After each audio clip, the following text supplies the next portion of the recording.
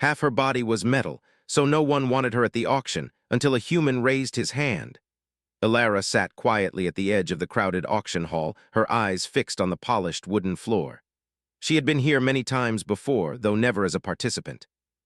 Usually she walked the streets, working with small repairs and odd jobs, trying to make a life despite her differences. But today, everything had changed. She was no longer just a mechanic or a helper. Today, she was on display, waiting for someone, anyone, to see her as more than just metal and wires. Her body was half human and half machine. Her left arm, from the elbow down, was a smooth, silver prosthetic that shone under the bright lights of the auction hall. Her right leg, replaced after a terrible accident years ago, was a precise work of metal and hydraulics, built to mimic movement and strength. Her chest carried a few enhancements as well, small devices that helped her regulate balance and stamina. She was strong, capable, and intelligent. But none of that mattered in this hall. None of that mattered to the people who saw her as broken or strange. The auctioneer's voice rang out, sharp and loud, cutting through the low murmur of the crowd. Next up, lot number 42, half human, half machine, a rare specimen but unsold at previous events. Anyone wishing to bid? Ilara's stomach twisted. She had learned to steel herself against the whispers, the stares, and the occasional cruel laughter. The crowd's eyes swept over her as if she were some unusual piece of machinery rather than a person. Some people looked confused, others disgusted, and a few simply shrugged, uninterested. A small part of her wanted to shrink into herself, to disappear beneath the bright lights and polished floors. But she couldn't. She had no choice but to remain, to face the judgment and hope that someone somehow would see her differently. Bidders murmured among themselves, shaking their heads. "Too much metal," one man muttered. "Not worth the trouble," another said. The words stung, though Ilara had expected them. She had spent years learning to live in a world that often rejected her, but rejection never became easy. It never stopped hurting. The auctioneer clapped his hands. "Come on, people, do not let this opportunity pass." A rare chance to acquire talent and resilience, unmatched anywhere else. He glanced at her, forcing a smile, but his eyes flicked nervously over the empty chairs. The room was full of silence now, punctuated only by the occasional cough or shuffle of feet. The air felt heavy. Ilara adjusted the position of her prosthetic arm. The cold metal gleamed under the lights, and she flexed her fingers, testing the smooth movement of the joints. She had designed part of it herself, crafting every wire, servo, and sensor with care. The metal was part of her, but to everyone here it was a sign of imperfection, a reason to look away. She remembered the accident that had changed her life. She had been young, reckless in the way most children are. One moment she was laughing and running across the field, and the next, a terrible machine had fallen, leaving her body broken, mangled, and near death. The surgeons and engineers had saved her life, but at a price. Her body had become part metal, part machine. Some people had seen her as miraculous, but most only saw the missing parts. Most people couldn't see the strength, the skill, and the determination hidden beneath the silver and wires. The auctioneer's voice broke her thoughts. "Do I have any bids?" His eyes swept the crowd again, still nothing. A few people whispered, shaking their heads. Some looked at each other, embarrassed to admit they had even considered bidding. The room began to feel colder, the silence heavier. Ilara's heart pounded. She had hoped secretly that someone would recognize her worth. But hope, she realized, was fragile. Her eyes flicked to the back of the hall, scanning for even the slightest sign of interest.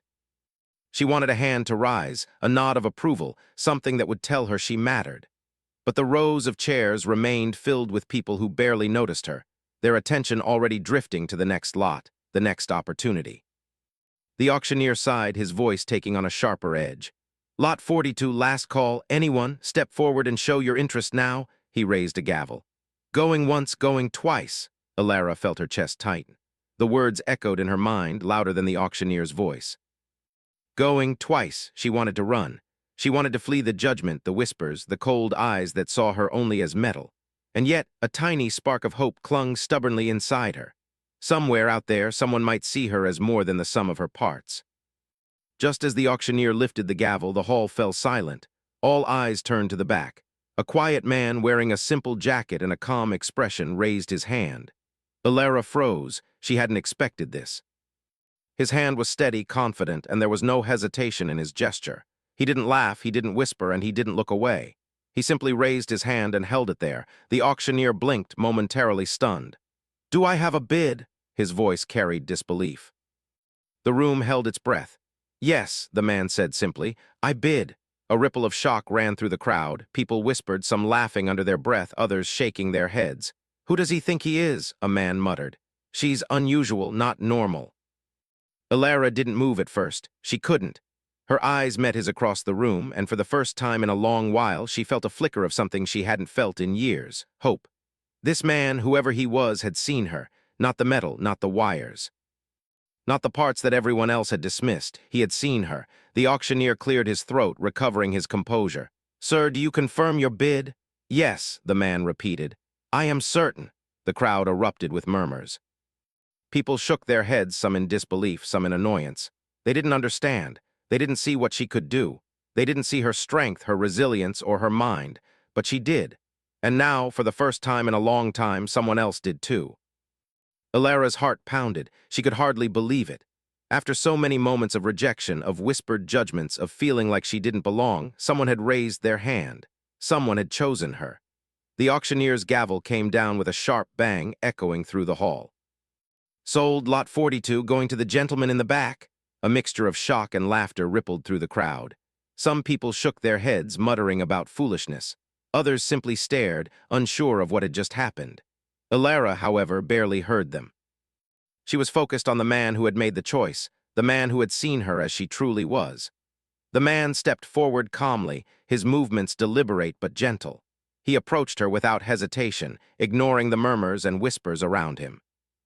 There was no fear in his eyes, no judgment, just a quiet determination and a respect that felt unfamiliar yet comforting. Alara wanted to speak, to ask questions, but the words caught in her throat. She had expected cruelty, mockery, or at best, indifference.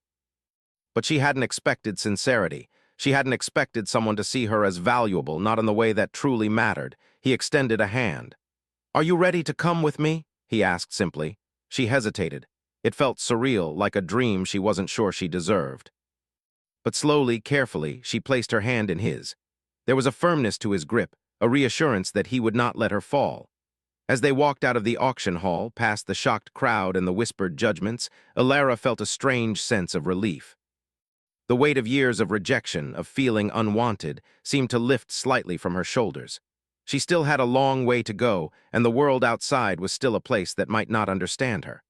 But for the first time, she had someone who did. The city stretched out before them, bright lights reflecting on wet streets. Alara took a deep breath, feeling the cool night air on her face. The sounds of traffic and distant voices filled her ears, and for the first time in a long time, she felt alive. She wasn't just half metal, she was whole, and someone else had recognized it. The man walking beside her was quiet, but there was a calm confidence in every step he took. She didn't know his name yet or what he wanted from her. But she knew one thing: for the first time in years she had hope. And sometimes hope was enough to change everything. The auction hall disappeared behind them, and with it the echoes of judgment and ridicule. Alara didn't look back. She didn't need to. She had been chosen.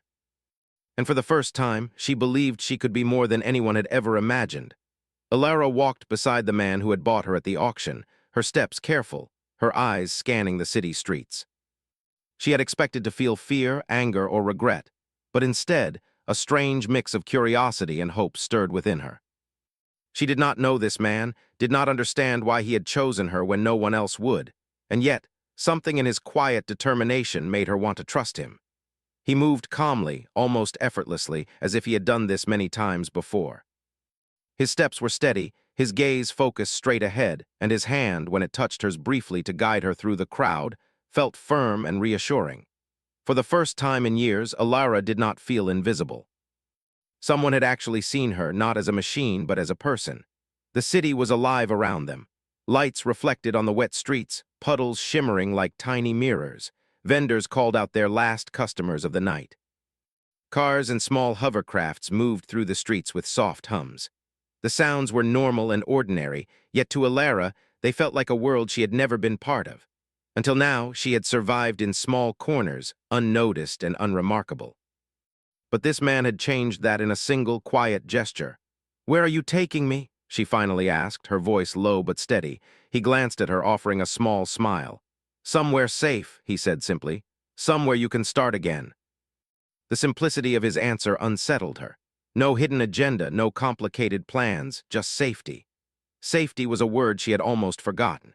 She had spent years learning to rely on herself, to survive in a world that often rejected her. The idea that someone could offer her safety, not control, was strange and foreign. But the warmth of it was welcome. They walked for several blocks, passing through streets lined with glowing advertisements and the occasional flicker of neon lights. Ilara's attention wandered, observing the small details. A child chasing a robotic pet, a vendor carefully arranging fresh fruit, the sound of distant laughter echoing down an alley. She realized she had almost forgotten how life could look and feel beyond the cold, metallic confines of workshops and her small apartment. Finally, they arrived at a large, unassuming building tucked between two taller structures. Its exterior was plain, with large windows and a sliding door that opened with a soft hiss. "This is where I work," the man said. "I can help you here. You'll be safe, and you can learn to take care of yourself better than before." Ilara studied the building. It looked like a simple repair shop, filled with tools, machines, and spare parts stacked carefully along the walls. The air smelled faintly of oil and metal, and the soft hum of machinery filled the background. For someone like her, a person with metal and human parts intertwined, this place felt familiar yet different.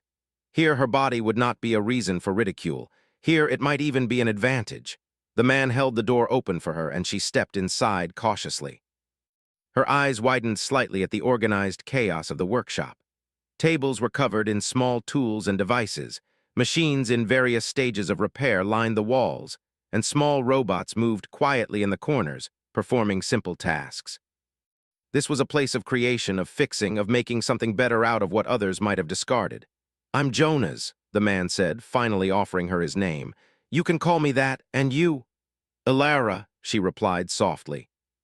Her voice felt small in the large, noisy room, but Jonas did not comment. He simply nodded as if her name was enough. He guided her to a workbench and gestured for her to sit. "Let's start with the basics," he said. "I want to make sure your systems are working well. Your prosthetics, your enhancements, everything." Ilara's stomach tightened. She had spent years maintaining herself, adjusting her mechanical parts, repairing small issues as they came. But there was something different about Jonas. He did not treat her as fragile or broken. He treated her as someone capable, someone worth teaching and helping. For hours, they worked together. Jonas showed her small adjustments that would make her prosthetic arm move more smoothly. He helped her recalibrate sensors in her leg, teaching her tricks she had never considered. Ilara absorbed the information quickly, her mind working faster than ever, learning new ways to control her mechanical parts. For the first time, she felt like her body was not a limitation, but a tool, a part of her that could be mastered and improved. As they worked, the conversation between them was quiet at first, but gradually it became easier. Jonas asked her about her past, her experiences, her skills. She answered cautiously, unsure how much to reveal, but something about his calm, patient manner made her speak more freely than she had in years. She told him about the accident that had changed her body, about the years of learning to survive in a world that often looked away, and about the small victories she had achieved despite the odds. Jonas listened without judgment. He nodded, sometimes offering advice or encouragement, but mostly he simply listened. It was a strange feeling for Ilara to speak without fear of mockery or pity. For so long her words had been ignored or laughed at. Here they mattered.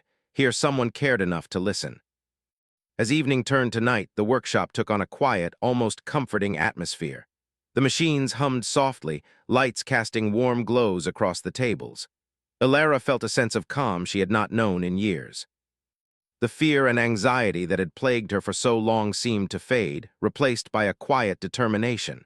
She wanted to be better, stronger, more capable, not for anyone else but for herself. And Jonas had given her that first spark of belief, but trust did not come easily. Ilara had been betrayed, judged, and abandoned many times. She tested Jonas, asking questions he could not answer, observing his reactions, and sometimes retreating into silence when his patience seemed endless. Each time, Jonas remained steady, showing her that patience and kindness could exist in a world that often lacked both. Slowly, almost imperceptibly, the walls around her heart began to crumble. One evening, while adjusting her arm, Elara winced. A small motor had misaligned, causing discomfort she could not ignore. She cursed under her breath, frustrated at herself and the limitation of her body. Jonas noticed immediately. "Let me help," he said gently, guiding her hand and adjusting the mechanism with careful precision. "It's okay to need help sometimes. That doesn't make you weak." Elara hesitated, but something in his tone, calm, sincere, unjudging, made her allow him to continue. As he worked, she realized that she had never let anyone touch her mechanical parts without suspicion or fear. Yet now, with Jonas, it felt natural, safe even. Hours passed, and the night deepened, but neither of them noticed. The quiet rhythm of work, the small victories of repairing and improving, created a bond between them that went beyond words. Elara began to see Jonas not just as someone who had bought her at an auction, but as a partner in her journey, someone who recognized her worth when others could not. There were moments of lightness, too. Small jokes, shared stories of childhood mischief, and laughter at mistakes that did not go as planned. For the first time in years, Elara felt normal, not because her body had changed, but because someone accepted her completely.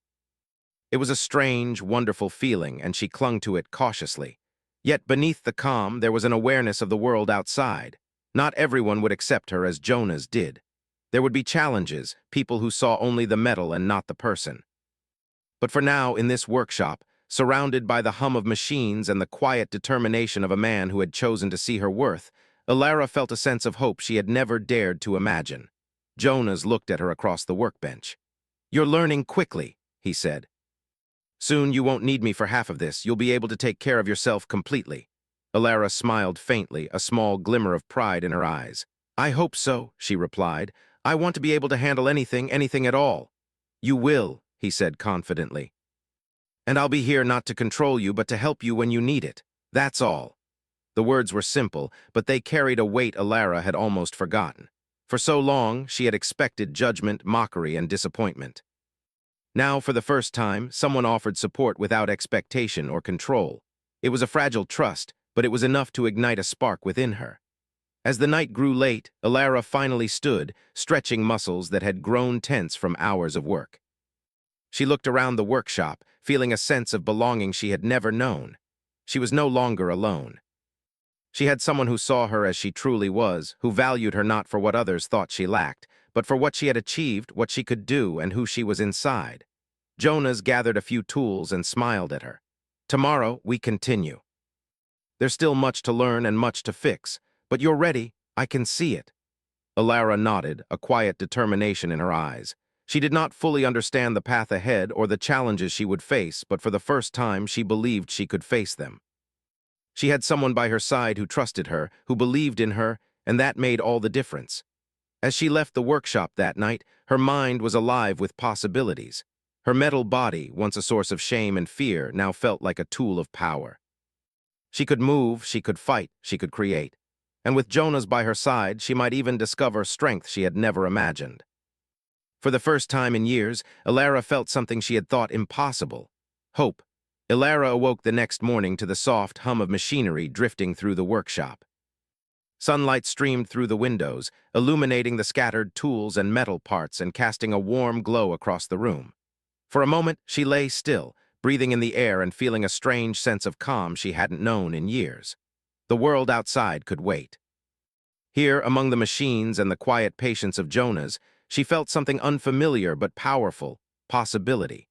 She dressed quickly, her movements precise as she adjusted the prosthetic arm and leg that had become a part of her life. It was strange to think that, once, these very parts had filled her with fear and shame. Now they were tools, instruments she could control and improve, each piece a testament to her resilience. She flexed her fingers experimentally, listening to the soft whirring of the servo motors, and felt a flicker of pride. Jonas was already at the workbench when she entered, sorting through small screws and wires with calm efficiency.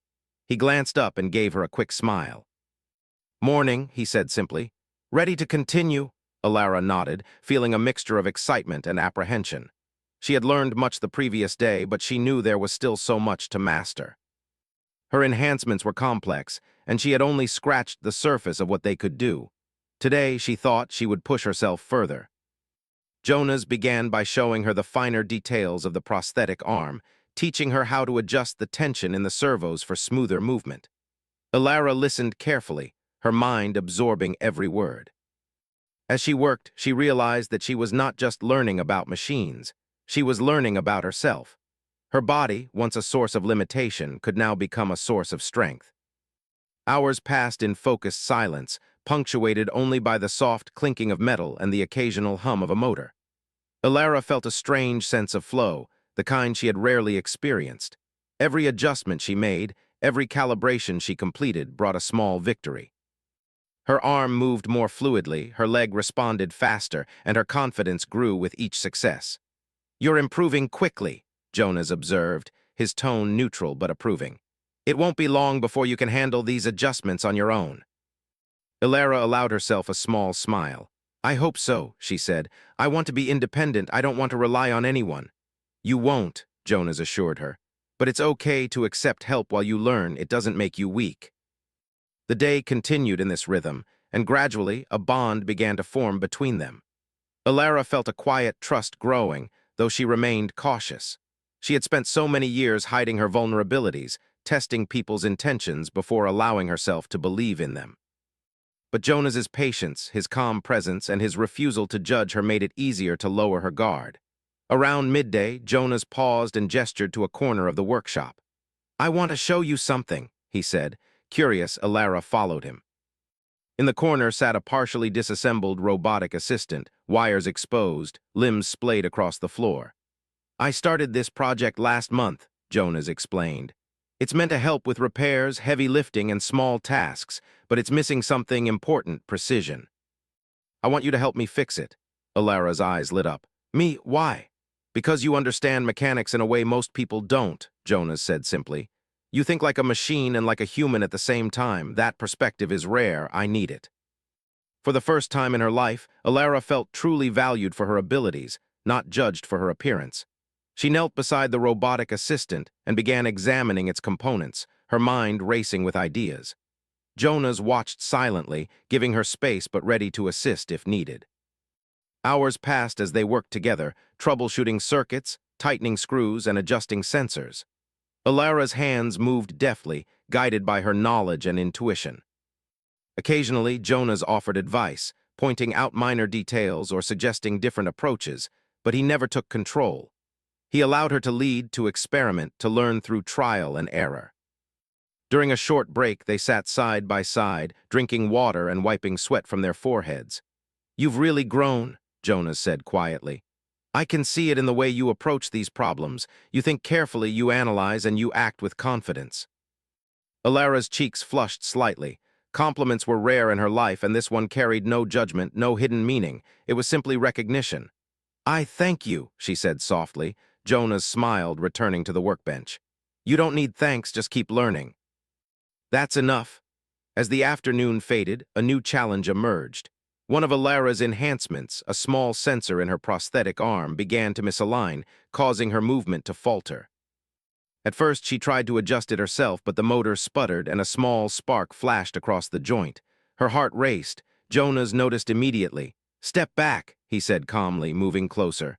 "Let me handle this before it gets worse." Ilara hesitated. She was used to handling problems on her own.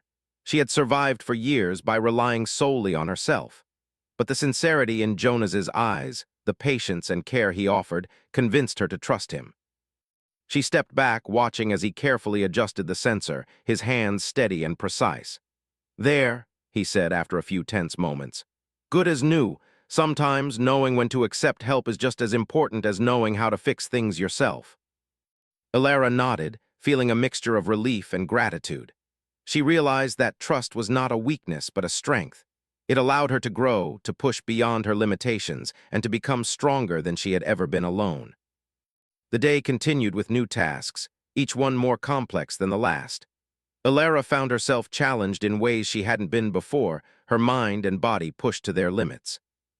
But with each challenge came a sense of accomplishment, a feeling that she could overcome obstacles she had once thought impossible. As evening approached, the workshop grew quiet. The hum of machines slowed, and the golden light of sunset filtered through the windows. Alara sat back, her body tired but her spirit alive. She had learned so much in a single day, not just about her mechanical parts, but about herself.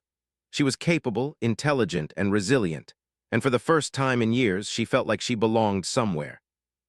Jonas stood beside her, observing the progress with quiet satisfaction. "You've done well today," he said.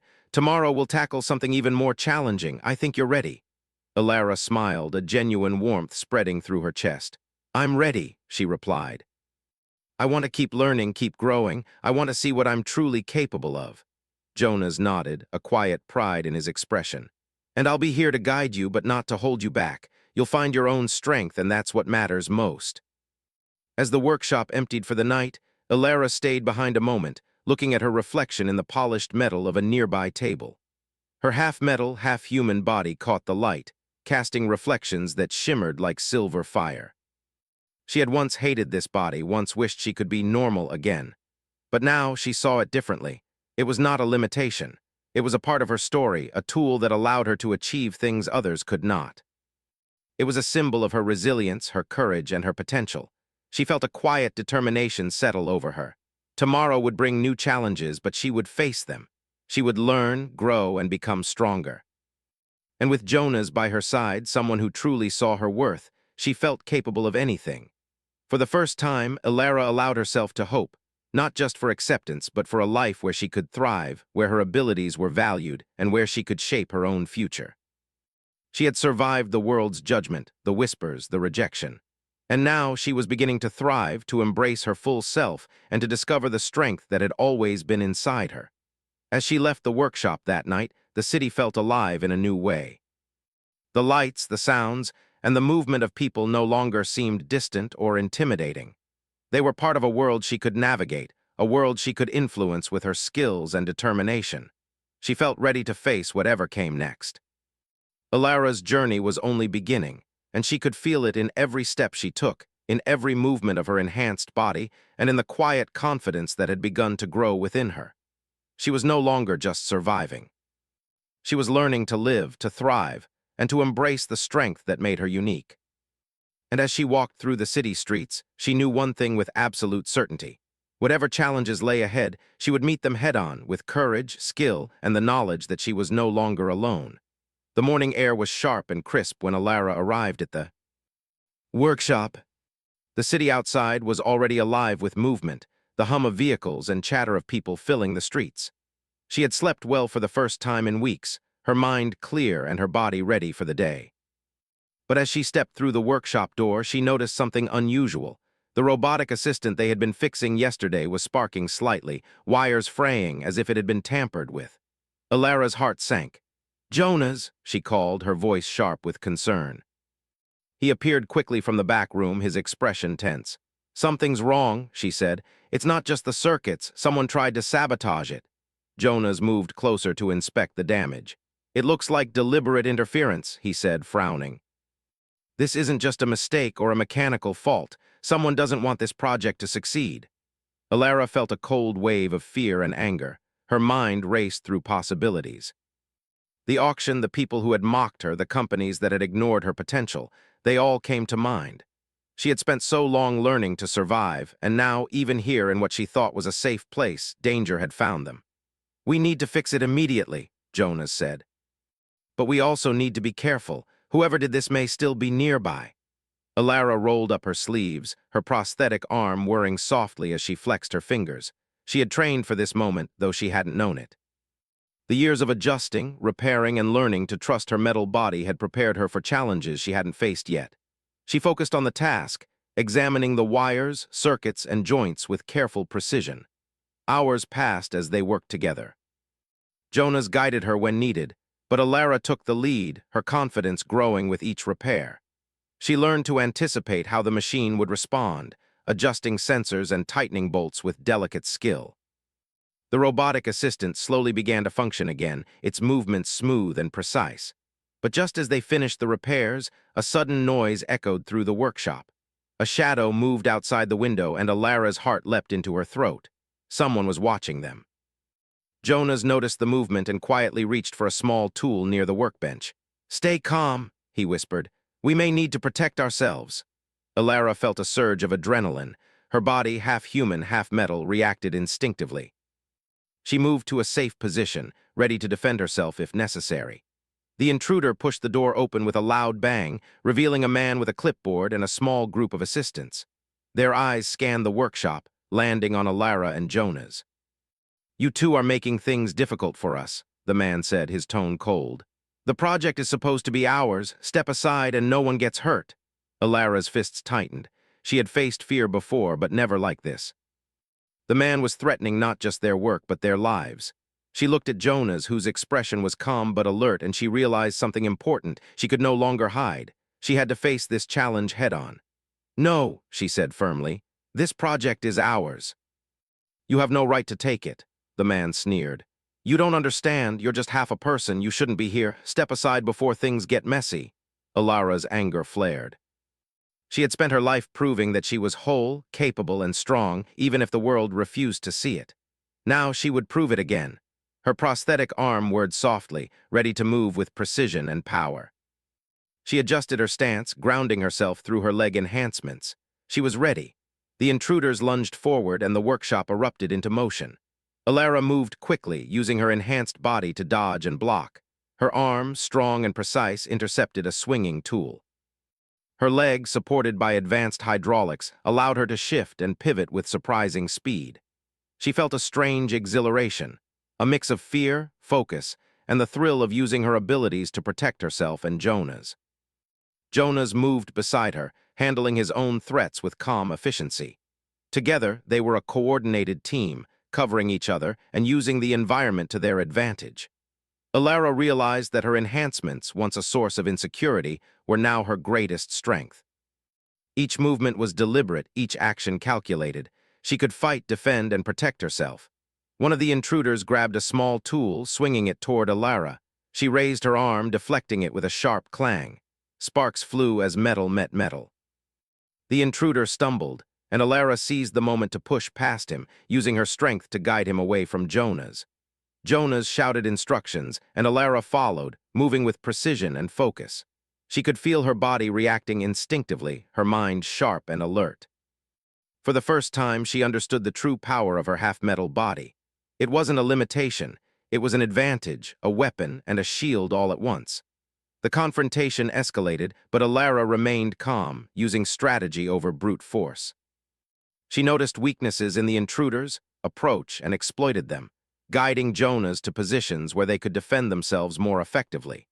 Her mechanical enhancements allowed her to move faster and strike more accurately than any ordinary human could. Finally, after a tense struggle, the intruders realized they were outmatched. Jonas and Alara had defended the workshop with skill, courage, and precision. The group retreated, muttering threats but unwilling to risk further confrontation. The door slammed shut, leaving the workshop in silence once more. Alara dropped to the floor, exhausted but exhilarated. Her heart pounded and her limbs ached, but a sense of pride washed over her. She had faced a real threat, one that could have ended disastrously, and she had emerged victorious. Her body, once a source of shame and fear, had saved her. Jonas knelt beside her, placing a hand on her shoulder. "You were incredible," he said quietly. "I knew you could do it, but seeing it, it's something else." Alara smiled, her breath coming in ragged bursts. "I couldn't have done it without you," she admitted. I think I'm starting to understand what it means to trust someone." Jonas nodded. "Trust is important, but so is knowing your own strength. Today you proved both." They spent the rest of the day repairing the workshop, fixing damage caused during the confrontation, and reinforcing their defenses. Alara moved with determination, her mind sharp and focused. She felt alive in a way she had never felt before. The combination of fear, focus, and triumph creating a sense of power and freedom she had longed for her entire life. As evening approached, the city outside glowed with the last light of day. Alara stood by the window, looking out at the streets, feeling a sense of peace and accomplishment. She had faced danger and survived. She had used her abilities not just to defend herself, but to protect something she cared about. And in doing so, she had discovered a new depth of confidence, courage, and skill. Jonas joined her, handing her a small cup of water. "You've grown so much in just a few days," he said. "I can see it in the way you move, the way you think. You're ready for even bigger challenges." Alara took the cup, her fingers brushing his briefly. She smiled faintly. "I feel ready," she said. "I've learned that I'm stronger than I thought, and I know I can face whatever comes next." Jonas nodded, his expression calm but approving. "You will, and I'll be here not to hold you back, but to support you when you need it. That's all anyone can do." The night settled over the city, quiet and calm. Alara sat at the workbench, reflecting on the day's events. She had faced fear, danger, and uncertainty, and she had emerged stronger, wiser, and more confident. Her body, her mind, and her spirit had all proven their resilience. She realized that challenges would always come, that the world could be harsh and unforgiving. But she also realized that she had the tools, the skills, and the courage to meet those challenges head-on. And with Jonas by her side, someone who truly saw her worth, she could face anything. As she prepared for bed, her body tired but her mind alive, she felt a deep sense of pride. She had survived the world's judgment, the threats, and the fear. Now she was ready to thrive, to grow, and to embrace the full potential of her half-metal, half-human self. And as she drifted into sleep, she dreamed not of fear or rejection, but of strength, courage, and the endless possibilities that awaited her in a world that was finally beginning to recognize her true worth.